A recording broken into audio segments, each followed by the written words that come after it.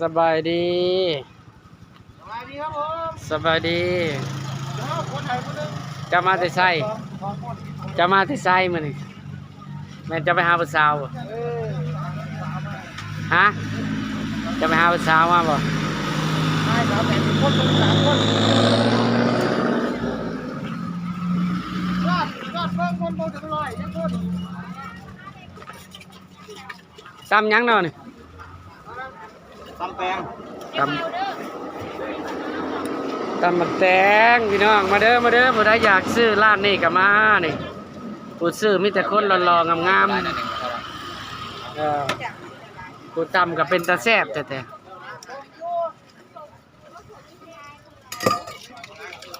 เขายืนเห็นยังก่อน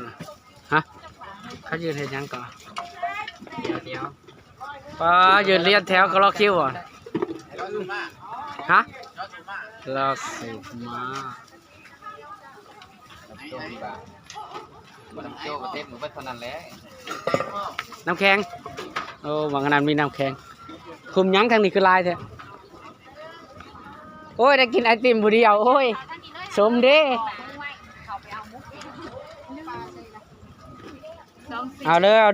อยากได้ยังก็เลือกเอาเด้อพญาไม้เมื่อเช้านี้แหละมันสิออกมามันลืมเอ้ยมากินยังสิแซ่บกินยังสิแซ่บกินเขาฮะกินกับเอายังนึงอ่ะลาบเป็ดมาเด้อมาซื้อเอาเด้อร้านนี้ก็มีเด้อกับข้าวกับน้ำนั่นน่ะทั้งนั้นแซ่บเบิดแซ่บเบิดต้มไก่ไก่ใต้น้ำผู้ใดอยากขนมกับผู้เด้อร้านนั่นเด้อผู้ใดอยากกับข้าวกับน้ำก็มาพังนี่เด้อพังนั่นก็มีกับข้าวด้วยกัน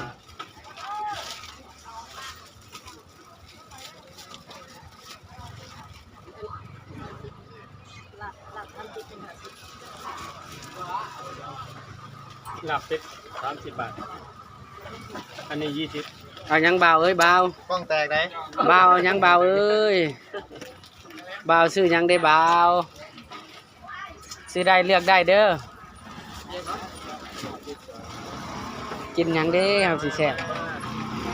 เอากินยังได้สิแซ่บ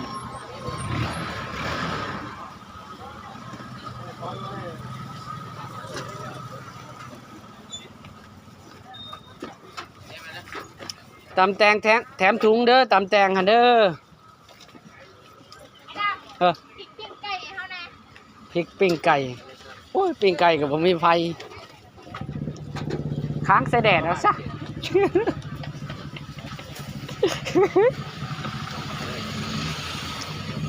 ปิ้งไก่เด้อพี่น้องเด้อ